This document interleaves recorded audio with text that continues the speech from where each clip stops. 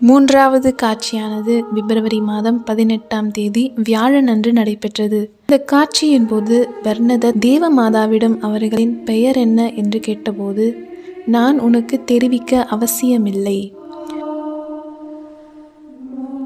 நான் உன்னை இந்த உலகில் மகிழ்ச்சியாக ஆக்குவேன் என்று உறுதியளிக்கவில்லை, ஆனால் மற்றொன்றில் நீ மகிழ்ச்சியாக இருப்பாய், உன்னால் இந்த இடத்திற்கு 15 நாட்களுக்கு வர முடியுமா என்று கேட்டுக்கொண்டார்.